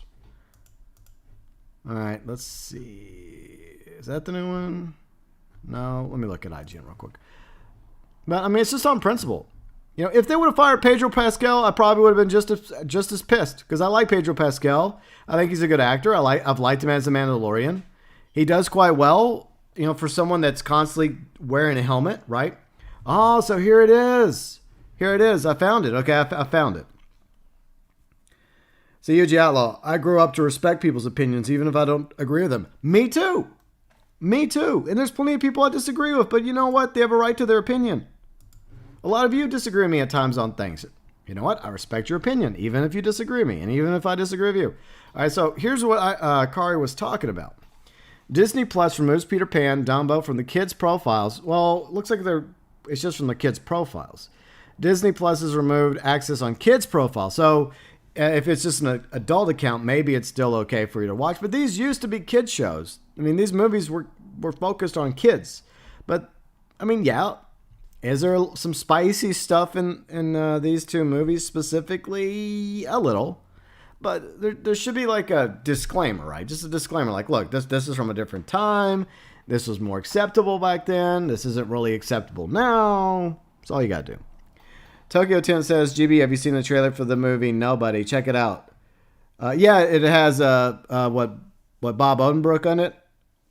Yeah, I haven't seen the trailer, but I've seen it promoted. I hope it's good. I do like Bob. I think he's a good actor. I like him as Saul in Better Call Saul and Breaking Bad. By the way, Better Call Saul is a great show too, ToykoTent. I do love Breaking Bad though, but he's great, and the entire cast is wonderful. So let's see. Reports. It's identified that Peter Pan, Dumbo, Aristocrats, live action Swiss Family Robinson are being amongst the titles that will no longer be available to stream on Disney Plus profiles are specifically geared towards children. So it doesn't look like they're being completely pulled from Disney Plus, but not yet. So if you have like an adult profile, then you probably could still access these movies, but they'll probably still have a disclaimer. Let's see, quote, local ratings, culture sensitivities can mean that there may be some variations in the availability of the specific titles. Titles with a content advisory notice relate to negative depictions or mistreatment of people or cultures have been excluded, the company confirms.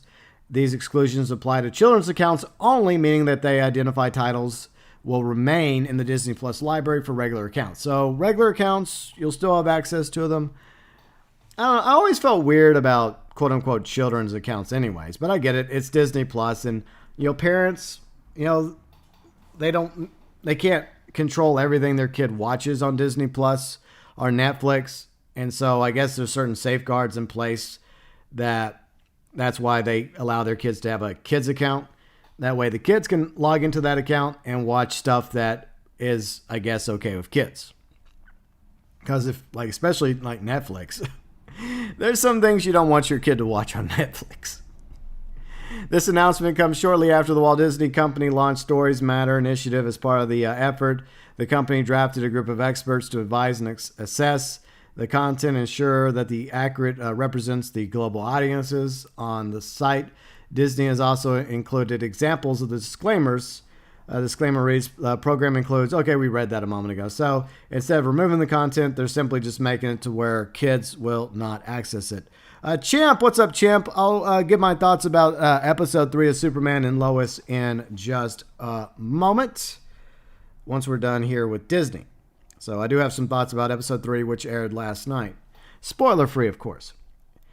Disney further demonstrated the changes. So yeah, there is some limitations, obviously, to the kids' accounts on Disney Plus. But at the end of the day, yeah, I mean, I don't know.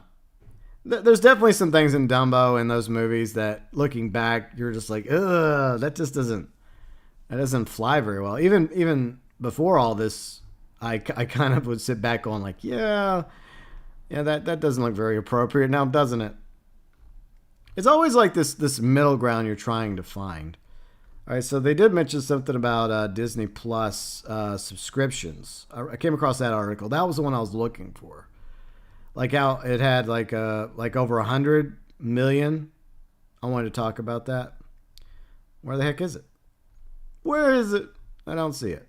Or maybe I passed it. But anyways, yeah, I don't see it. Damn it. Okay. But I can just share my thoughts about that as well real quick, the Disney Plus numbers. You're welcome to chime in as well. No, I can't find it. I don't know where that article went. I'm just looking for it real quick.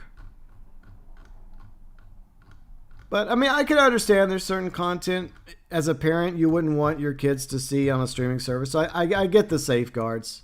But, there's also these, disclaimers they put up as well. So you think that would be enough. But the concern is, first they prevent, they take this step. And then they take another step, and then another step, and then another step. And then they're completely removing content and movies and TV shows from bygone eras for this reason or that reason, justified or unjustified. So there's always this, once again, this slippery slope that we have to be mindful of. So it's just one of these things that I feel like, as long as you explain to the viewers that, look, this is from a different time, and obviously a lot of this stuff, most of us, take issue with these days, but it was just a different time. Whether or not that turns out to be the case remains to be seen. Let's see. Will, what's up, Will? All right, so we'll get to Superman and Lois in a minute, Champ, I promise. Let's see. ToykoTent says, GB, have you seen the... Yeah, I already read that. Sorry, ToykoTent. Let's see. UGLO says Netflix Power Rangers got pulled from Netflix. Yes, yeah, but that's just a deal. That's just like a money thing. That has nothing to do with censorship. It's just that when it comes to these companies, right? The content on Netflix or Hulu or Disney Plus or Paramount Plus now or HBO Max. God, there's so many of these streaming services. A lot of it is, okay, what deal do you have with this production company or this studio, etc. And that's why stuff comes and goes. Like there was a time on Netflix, some of you know this, when they actually had some Marvel shows. They had Daredevil, they had Punisher, they had Jessica Jones, they had Luke Cage, they had Iron Fist. And eventually, once Disney set up its own streaming service through Disney Plus, that deal between Marvel Studios and Netflix expired. So there's going to no longer be any future Marvel shows on Netflix. And even though at the time those Marvel shows that I mentioned were technically part of the MCU, they kind of got retconned to where they're their own bubble now. Kind of like the CWDC shows, the Arrowverse, which we're going to talk about in just a second. Will says, I enjoyed Disney Plus, but canceled it due to their current bullshit. I did too. That's why I didn't finish WandaVision. I know what happened because I watched some people do their reviews of WandaVision, like Angry Joe and Alex and other Joe. But at the same time, in good conscience, I couldn't financially support Disney anymore because I disagreed with them firing Gina Carano. I don't think she deserved to be fired, just like we talked about. I didn't see anything anti-Semitic about her comment at all. Like she was just putting a warning about history repeating itself. That's all it was. And it's an hypocrisy. It's what we talked about a moment ago in that Deadline article. Those couple callers, one caller, investor, asked, Bob Chapek, the CEO of Disney, straight up, like, why'd you fire Gina Carano and you didn't fire Pedro Pascal? Isn't this a double standard? And then someone else calling in asking about, well, why hasn't Kathleen Kennedy been fired from Lucasfilm? And then he just showers her with praise. I forgot to talk about that. Almost forgot.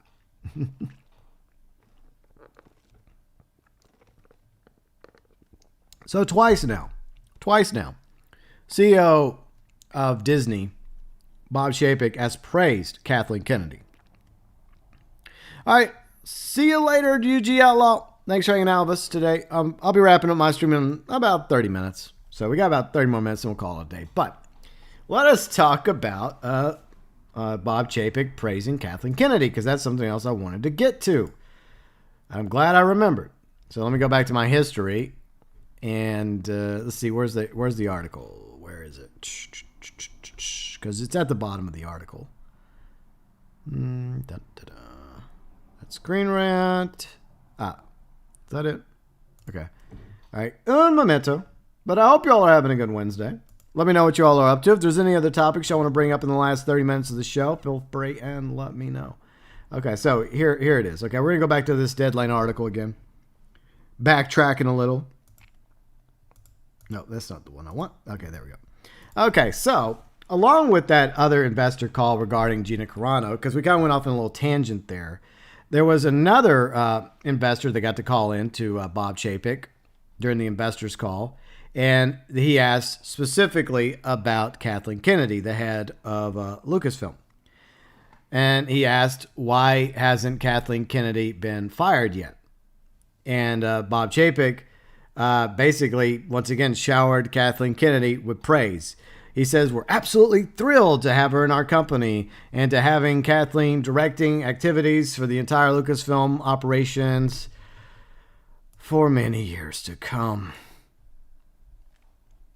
No, this is not the way, Bob.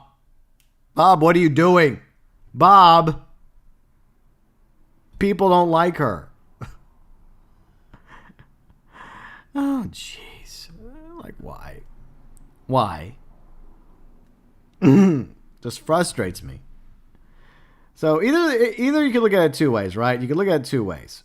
Either A, it's simply Bob Chapek doing the typical PR, corporate suit response, even though it's an investor's call, right? He's smart enough to know that anything he says in the investor's call will most likely leak out to the press, like Deadline and YouTube and other talking heads out there. So in both situations, I think the Morgan Stanley one, like last week we talked about, and the investors call for Disney. In both cases, obviously, he's not going to openly trash talk Kathleen Kennedy, even if behind the scenes, the Bobs are not really a fan of Kathleen Kennedy, and they're waiting patiently for her contract to expire in hopefully a few months from now. And when that happens, maybe, just maybe, they'll simply allow Kathleen Kennedy to gracefully walk out into the sunset. I don't know if that's the case, but that's the least that we can hope for, is to simply just wait out Kathleen Kennedy's contract and let her walk away. Just walk away. Like forever. So let's bring up Miss Kennedy. I know. I'm sorry. I'm sorry. I'm sorry, everyone. Avert your eyes. Avert your eyes. It's just like in the scene in Raiders of the Lost Ark, right? Avert your eyes. But since we're talking about Kathleen Kennedy, I might as well bring up old Kathleen Kennedy. So, what exactly has she done for Disney? Well, let's talk about it. Let's go to the very beginning. So, when Lucas sold Lucasfilm to Disney, he placed Kathleen Kennedy in charge as CEO. At the time, he thought he was putting an ally in charge of Lucasfilm, somebody that would be a good steward and safeguard the IPs under Lucasfilm, which include Star Wars, Willow, as well as Indiana Jones. And whenever it was announced that they were going to make a sequel trilogy, and they brought on J.J. Abrams, I was okay with it. I was hopeful. I was optimistic because they were also going to bring back some of the actors from the old trilogy, like Mark Hamill returning as Luke Skywalker, Carrie Fisher as Leia Organa, hopefully Billy D. Williams as Lando Calrissian, and of course Harrison Ford as Han Solo. And a few others as well, like the actor Anthony Daniels, who played C-3PO. I think the actor that was in R2, I think he passed away, sadly, so he passed on. And the actors that originally played as Chewbacca, I think, isn't he also, he's gone too now, right? Or he was just too old to wear the Chewbacca suit anymore. But the hope was we were going to see the band get back together, like Han, Lando, along with Leia, Luke, added again with a new generation, right? With a new generation, with Finn, with Rey, and with Poe Dameron, and they were going to go on new adventures, and there was going to be a new threat to the New Republic, and of course new villains like Snoke, the mysterious Snoke, along with Kylo Ren, played by the legendary Adam Driver. He's a great actor. And, the first movie was a soft reboot. That's what it was. It wasn't terrible, but it was a soft reboot. But at the very least, it left most Star Wars fans hopeful regarding the future of the sequel trilogy. And they had this infamous black and white photo of some of them sitting around this table. Let me bring it up real quick. Let me bring it up. Give me a moment. One moment, please. It's something better than this image, I think. So I do apologize for that. I'm sorry. Please don't cancel me. Will says they try very hard to say anything that will affect the stock price. Exactly. The stocks are the other concern as well, Will. Exactly. Because anything that these corporate suits say, because the stocks are very sensitive, can have a negative effect on the stock market. So they have to be very careful about what they say. So for that, I understand. But to shower Kathleen Kennedy with praise the way Bob Chapek did, ugh, disgusting. All right. Wars sequel trilogy. So I remember there was this black and white photo they posted, right? Of them all sitting around, photo. Where is it? Let's see if I can find it. I mean, it was years ago. I still remember, it's still in the back of my head. This black and white photo of them sitting around in a room and, let's see, planning photo? Off the top of my head, I'm trying to think of how it would be titled. All right, see if I can find it, because I'd rather just have that up to talk about my thoughts here. If I can come up with it, if I can find it.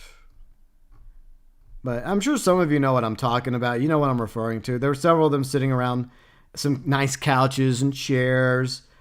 It was obviously a photo op, but damn it, I can't find it. Black and white photo. Okay, let's try that. Let's try black and white photo. Planning I can't find it. Damn it. Google, you're failing me today, Google. Stop it. But when they were all sitting around, right, in that infamous photo, it had led me to believe, and others, that they were going to have a plan, right? A plan from start to finish. Like when it came to episode 7, 8, and 9. That there would be, just like with the original trilogy, and just like with the prequels, despite the prequels' flaws, that there was going to be a vision from start to finish. And you know something? I have officially given up on that. You know what I'm going to do? I'm going to shamelessly plug some of my Star Wars videos. Why not? I will do that. So I will pull up my Star Wars playlist, and y'all can go to my Star Wars playlist and look at those if you feel so inclined. And we'll just have that in the background while we talk a little. Well, not playing, but just the playlist itself. I've given up on trying to find that stupid photo. Now I just got to find the Star Wars playlist, because on my channel I have at least 1 or 2 playlists. So let me browse through it really, really quick before I get to my thoughts about what I was hoping for, what I was expecting going forward past Force Awakens. Now, for the record, I mean, it still wasn't my favorite. It definitely was never going to be my favorite movie in the Star Wars franchise, but I saw the potential there. I saw the hope that it could lead to something even better. A true definitive vision. Okay, so here we go. All right, so I'm just going to post this up here for y'all. In the background, something in the background. In case there's a fellow Star Wars fan, I have made quite a few Star Wars videos. Season 1 and 2 Mandalorian review, Season 7 review of Clone Wars, along with my thoughts about the hypothetical Colin Trevorrow Dark Fate script, and reviews of the entire Star Wars anthology from episode 1 to episode 9. If you are interested in my additional thoughts. I also did one about the sequel trilogy being garbage. So, long story short, I thought, like so many others, that these geniuses, these Imagineers, the writers, the directors, the producers, Kathleen Kennedy, J.J. Abrams, had a vision, right? A Bible, if you will. Not going religious, but some sort of book. A structure from start, middle to finish about the direction that the sequel trilogy would go. They would make Episode 7 the soft reboot. And despite some things I didn't like about Episode 7, which I think I go into in these reviews, if you want to go check them out, feel free to do so. But at the same time, the soft reboot was good enough to get people excited for Episode 8 and 9 in the future of Star Wars, Lucasfilm under Disney. And at the time, most of us had no issue with Kathleen Kennedy. But then we get The Last Jedi under Rian Johnson. Now, before this, people liked Rian Johnson. He seemed to be a decent writer and director. So a lot of us assumed that, okay, well, whatever he brings to the table will hopefully be even better than what J.J. Abrams started with. Because J.J. Abrams, I think his wife, didn't want him to be involved with the project throughout the entire trilogy. Like, he was a huge Star Wars fan, but he only wanted to do the first movie. He wanted to get the ball rolling. And then the ball would, the lightsaber would be passed from one director to the next. Originally, it was going to be JJ, then Rian Johnson, and then Episode 9 was going to be Colin Trevorrow, who did The Lost World. Well, not Lost World. He did Jurassic World. Jurassic World, and then the new Jurassic World movie that's going to be coming out sometime. Fallen Kingdom, he had nothing to do with. By the way, that thing was hot garbage. Easily the worst Jurassic Park movie of all time. But Jurassic World was okay for also a soft reboot. Probably my favorite sequel in the Jurassic Park universe. There's Jurassic Park, which is absolutely the best. Then there's the sequels. But back on Star Wars. So originally the plan was, if all went well, it was going to be an overall definitive vision from start to finish. From JJ being carried on by Rian Johnson into Episode 8. And then with Colin Trevorrow wrapping it up with Episode 9. But one thing a lot of us realized after we went to go watch Last Jedi, by the way, I was there opening weekend, that there were things very different about Last Jedi that really didn't connect so well with The Force Awakens. And it upset a lot of people. And unfortunately, there was a huge backlash, and it caused a schism within the Star Wars community. There were those that absolutely loved The Last Jedi for reasons. And then there was the rest of us, Star Wars fans, that felt like everything that was set up in The Force Awakens was kind of like blown off. Or I guess the expectations were subverted, if you will. And then even more tragically, before Last Jedi came out, Carrie Fisher, who played Leia Organa, passed away. And this actually presented opportunity for them to make some changes to The Last Jedi a year before Last Jedi came out. But Kathleen Kennedy and Rian Johnson simply refused to make post-production changes to Last Jedi, which would have had a positive effect on Episode 9. Because Colin Trevorrow, who did the script Duel of Fates, which was confirmed afterwards, he had a different vision for Duel of Fates, but he was going to have to rework Duel of Fates because of the fact that Leia Organa couldn't be in Duel of Fates because Carrie Fisher had passed away shortly after the filming of Episode 8, The Last Jedi. A year later, Leia Organa's character is still alive by the end of Last Jedi. I know that's a spoiler. And Luke Skywalker, or Jake Skywalker, as some people jokingly call him, was dead. One with the Force, if you will. So there were some changes that could have been made in post-production. They could have simply just, at the very least, edited a scene right before Luke Skywalker fades away on the rock. They could have just had him sitting there, right? And then they cut to the next scene, implying that he's not dead and that he's going to lift up his X-Wing and then just fly off to join the Resistance and continue Rey's training in Episode 9 and stand by her side against the final battle. The other issue, obviously, was the fact that Snoke was killed off so quickly. I had a weird feeling that they were going to kill off Snoke. I just did. Now, it's unfortunate that I feel like Snoke had a lot of potential. Very mysterious character. You were wondering, like, well, who is Snoke? Like, this guy, I mean, seems pretty knowledgeable, pretty powerful in the dark side of the Force. How was he able to assemble this First Order? And, like, where did he come from? Is he actually Darth Plagueis the Wise, the Sith Lord that taught Darth Sidious, a.k.a. Emperor Palpatine, a.k.a. the Senate? No, he was a clone. And so I always go back and forth in my reviews, like, which one is worse? Is Last Jedi the worst, or is Rise of Skywalker worse? They're both at the very bottom, by the way. And so, obviously, everything we witnessed in Last Jedi confirmed that Kathleen Kennedy and her storyboard group did not have a plan when it came to the sequel trilogy. They had no plan whatsoever. They were making it up as they go. And for Star Wars, that does not work. Despite the flaws of the prequels, at least you can watch them from start to finish, and also the Clone Wars, mix that in there too. And you can feel like, for the most part, it connects together. You can't say the same thing with the sequel trilogy. Even if you love The Force Awakens, you see the problems arise from Last Jedi. And then you see J.J. Abrams trying to rectify those mistakes in Rise of Skywalker. And I feel like, personally, it just makes it worse. Bringing back Palpatine, which was done way better in the Dark Empire trilogy from the Star Wars EU. That was way better. And the fact that they just threw off Snoke like he was nothing, like he was just a clone. And some of the other issues that came up. Yeah, so this is what turned people against Kathleen Kennedy.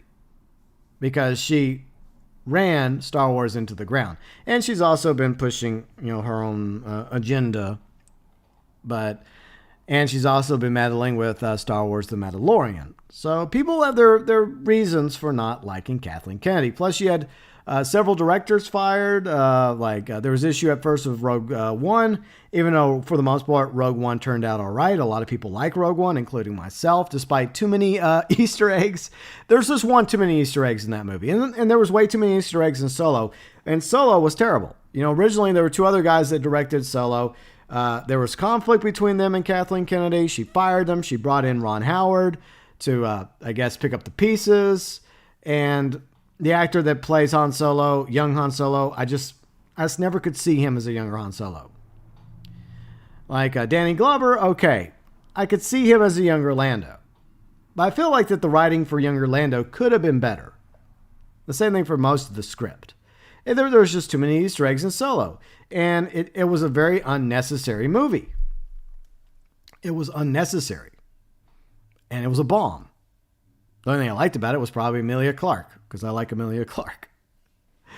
So that's where we're at right now. So yeah, like Lucasfilm under Kathleen Kennedy has suffered, specifically Star Wars. And Jon Favreau and Dave Filoni have done the best they can to try and resurrect Star Wars through The Mandalorian. And it feels like they get sabotaged every chance and opportunity that Kathleen Kennedy gets in her ilk.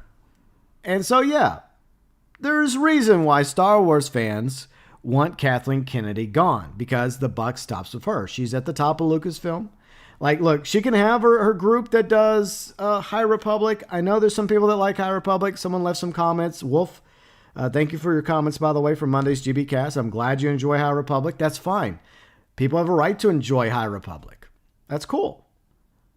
But people also have a right to enjoy The Mandalorian and all the other projects that, Favreau and Filoni are working on, like the Ahsoka series and all the other ones, like Rangers of the New Republic, which was supposed to have Cara Dune, a.k.a. Gina Carano, taking up a significant role along with Katie Sackhoff as Bo-Katan.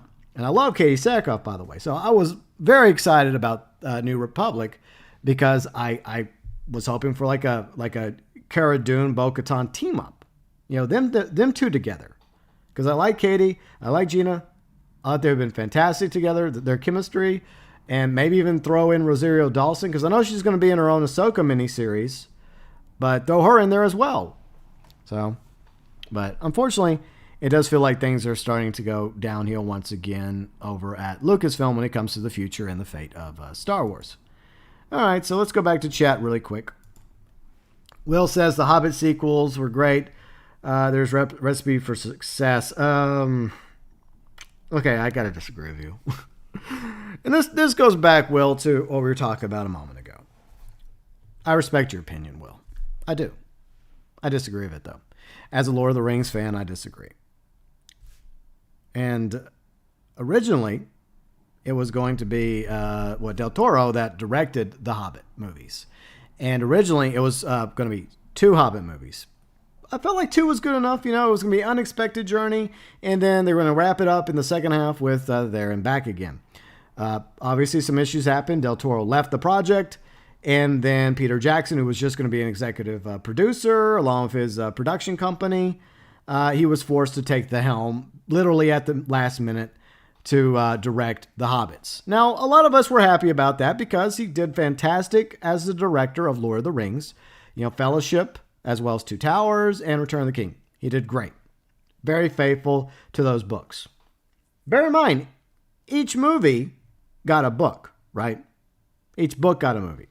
So they didn't break up Fellowship into multiple movies. They didn't break up Two Towers into multiple movies. They didn't break up Return of the King into multiple movies. It was one book, one movie. One book, one movie. One book, one movie.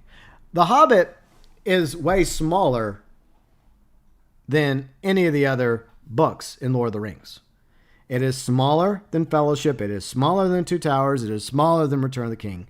In other words, it only really needed one movie, if we're being honest with ourselves. Now, there are things I thought that Peter Jackson did pretty well with the Hobbit movies. There are things I liked. But there was a lot of padding.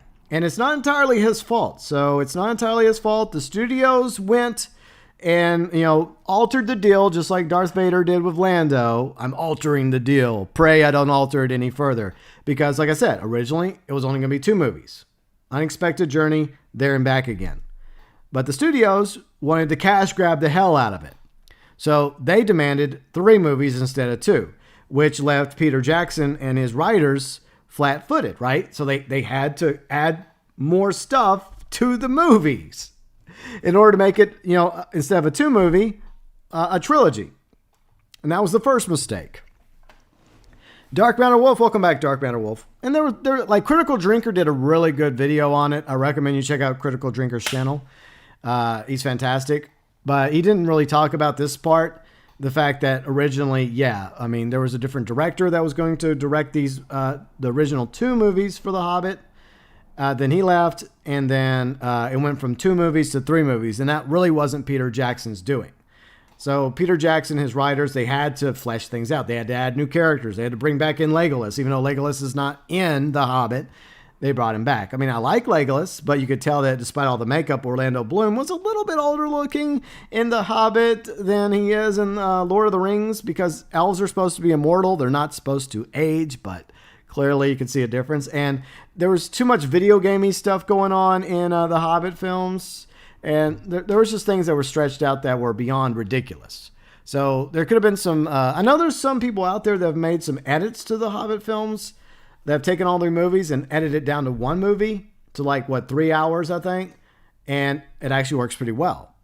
So I would love one day for Peter Jackson to give us like here's the problem. Peter Jackson is not very good at editing. Go watch King Kong. Like the slow typewriter. Skull Island. Like, seriously, Peter Jackson? Seriously? This is a guy that hates leaving things on the editing room floor. He does. So maybe not Peter Jackson. Maybe somebody else that's a Hobbit fan, right? A hardcore Hobbit fan that would take the movies and just give us like one movie.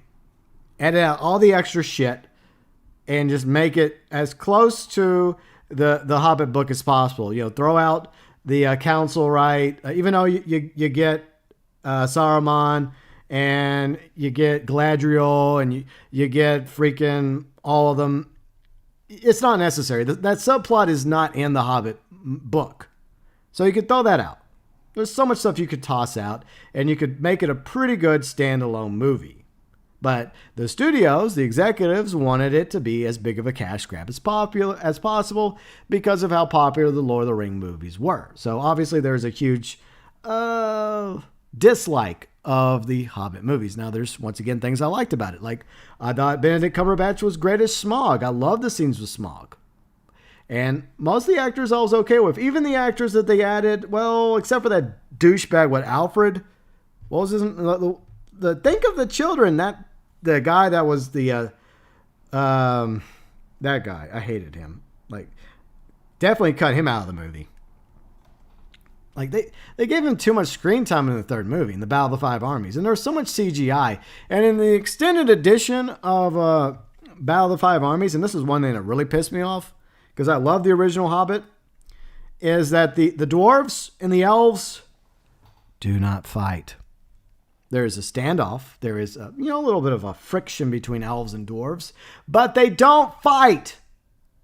They do not get into a fight. Their armies do not attack each other and start killing each other before the orcs and the bats and all the others arrive. They put aside their differences, and they stand together against the orcs, against all the others that are coming their way. That pissed me off. I'm like, seriously, Peter Jackson? Why did you throw that in there? You know this bullshit doesn't happen in the fucking book. So that pissed me off. Like, seeing that in the expanded edition ticked me off. And it's so weird because it's like, I love the expanded editions of the Lord of the Rings movies. They're great. But I kind of sort of hate the expanded editions of the Hobbit films. Especially that scene. Let's see, Will says, you disagree with me? You're canceled. As soon as the stream's over, I'm not watching anymore. Yeah. Thank you, Will. I needed that. But hopefully you understand why I have issue with the Hobbit movies. There's things I like about them, okay? I like most of the actors that they played as the dwarves. And I can understand why they try to be faithful. It's weird. They try to be faithful in some capacity with... having all the dwarves from the books in the movies, even though that means less screen time. But then they add these things that never even happened in the book, including the infamous fight between the army of the Iron Hills versus the Wood Elves. It does not happen. And it should have never happened. And that scene should have never been shot by Peter Jackson. Why did he shoot it? Even though it was extended scene, it's stupid. This does not happen. Yes, I get it. There's beef between the elves and the dwarves. But they put aside their differences and they fight a common enemy. And therefore, it builds up the bond between the dwarves and the elves and man, bringing them together against a common evil. But anyways, that's my opinion. Let's see, Dark MatterWolf. There, GeauxBurns. We have you. Will was being sarcastic, of course, hopefully. But before we wrap up the stream, I did want to share some quick thoughts about episode 3 of Superman and Lois, as promised. So we'll talk about that real quick. But anyways, the GBcast does air Monday, Wednesday, Friday, 12 p.m. Central, 6 p.m. UK. I do appreciate all of you that are watching. I hope you're enjoying the GBcast, by the way. So the third episode of Superman and Lois aired last night, and I'm gonna be honest, there were moments. I'm not gonna spoil anything though. There were moments I liked about it. I like some of the family stuff between Lois, Clark, as well as the boys, Jonathan and Jordan. Some of that was really good. The Superman stuff I liked, but there was some of this other so-called drama in the middle. A lot of the teen stuff, the high school stuff. And because this is a CW show, unfortunately, we come to expect this nonsense. Some of it felt a little too contrived. There was just some scenes that I felt like could have been done differently without going into spoilers. And there's just angles that they go that I feel like that they kind of misstepped a little. So far, this is the worst episode, in my opinion, of the Superman and Lois series. But there have been way worse CW episodes of other CW shows, from, for example, The Flash and Arrow, as well as the others. So I've seen worse episodes than episode 3 of Superman and Lois. It had some issues. It also had some good moments that I liked. It was a little, I would say, about 50-50. It's definitely, I guess you could call it growing pains. This show has potential to be so much better than those other shows. It can. Writers, you've shown the potential in the first 2 episodes. You can do better. You could rise above the other Arrowverse shows. You can do it. I know you can do it. You just gotta push aside the CW infection. Get that treated. If the stream is not over yet, we're not done yet. Will, I'm still talking. Hopefully, I hope I'm still talking. So, anyways, yeah, I mean, I see potential in this show. The actors, I like the actors as the main cast. The actors that play the boys, I think they do a good job. Obviously, Tyler as Clark in Superman, he's good. He's a good TV Superman. The actress that plays Lois is growing on me. You know, some of the other actors and actresses on the show, I mean, whenever they come up, they're okay. They're all right for supporting. But for the most part, sometimes I'm just like, less of their stuff. They're meant to be support characters. Support characters that these 4 interact with. Like, these are the 4 characters, right? These are the characters that should always be focused on throughout the show. Whether you're following Jonathan and Jordan around, or Jonathan by himself, or Jordan by himself, or Clark and Lois, or Clark when he's Superman, or Lois when she's off doing her Lois investigating stuff for the Smallville Gazette, because now that's a spoiler. She's working at the Smallville Gazette.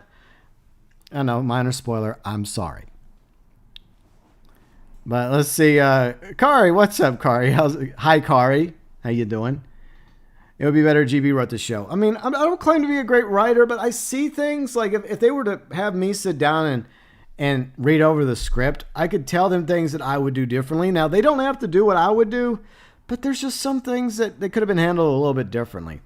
There's some things that happen that I feel like, even though this is early on with some of these characters, that kind of goes against the way the characters have been set up and established, you're thinking, well, that doesn't really fit this character. Like that doesn't really work for that character. But I mean, it's a misstep. I mean, it was far from perfect, and it's also a CW show, so you kind of have to forgive them for that a little. But I've seen way worse on CW than episode 3 of Superman and Lois. I still think if you're a Superman fan, I still think you would thoroughly enjoy Superman and Lois. And I think it needs to be supported. I think it needs to be watched. And I think that they need to be encouraged to do better. And bear in mind, with every first season of a show, there's going to be some growing pains. There's going to be some issues here and there. But it can, like Superman, it can rise above the Arrowverse. I mean, at one time, the Arrowverse was good. The first few seasons of Arrow, the first few seasons of Flash. Then it went downhill. But Superman and Lois could go further and be more. I hope that at the end, when season 1 is over, because Superman and Lois have already been renewed for a second season, by the way. There will be a hiatus for Superman and Lois after episode 5 due to the bug. It's caused scheduling issues. So after episode 5 comes out, then they're gonna take a few months off, or to continue with the production and get more episodes finished. And then I think by the summer, they're going to bring back the rest of season 1 of Superman and Lois. So there will be a little bit of a break for Superman and Lois coming up in a few weeks. Danushka, what's up, Danushka? How you doing? But overall, I still hope that by the time season 1's said and done, that maybe this will be considered in my opinion, the worst episode of season 1. Hopefully, it won't get worse than episode 3. I'm not saying it was terrible. It just wasn't as good as episode 1 and 2. There were definitely some mistakes that were made. Now, once again, the family stuff, I love that. The characters, these 4 characters, I like them. I think they're good.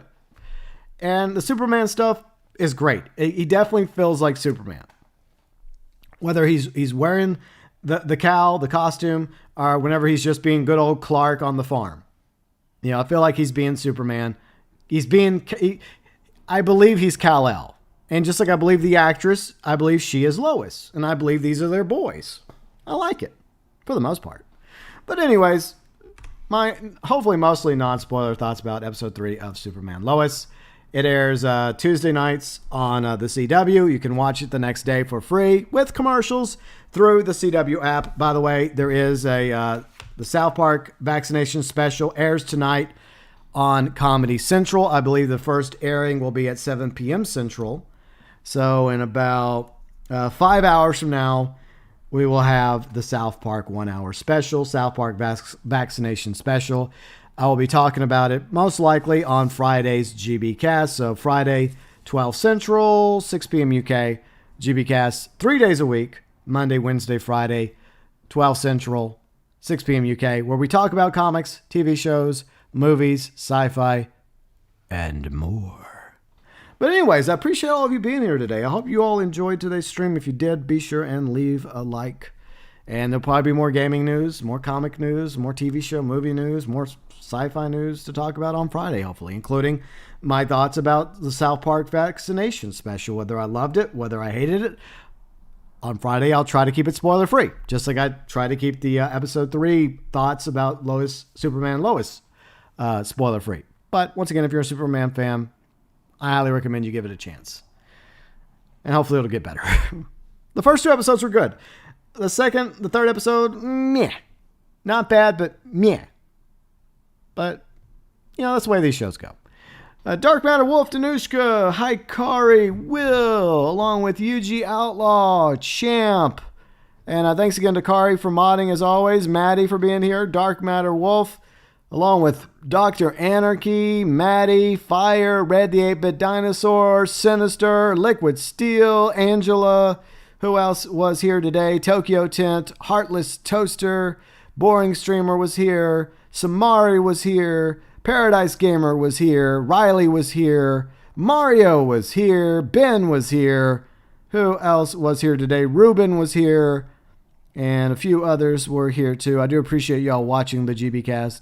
Hopefully you'll continue doing so. David was here.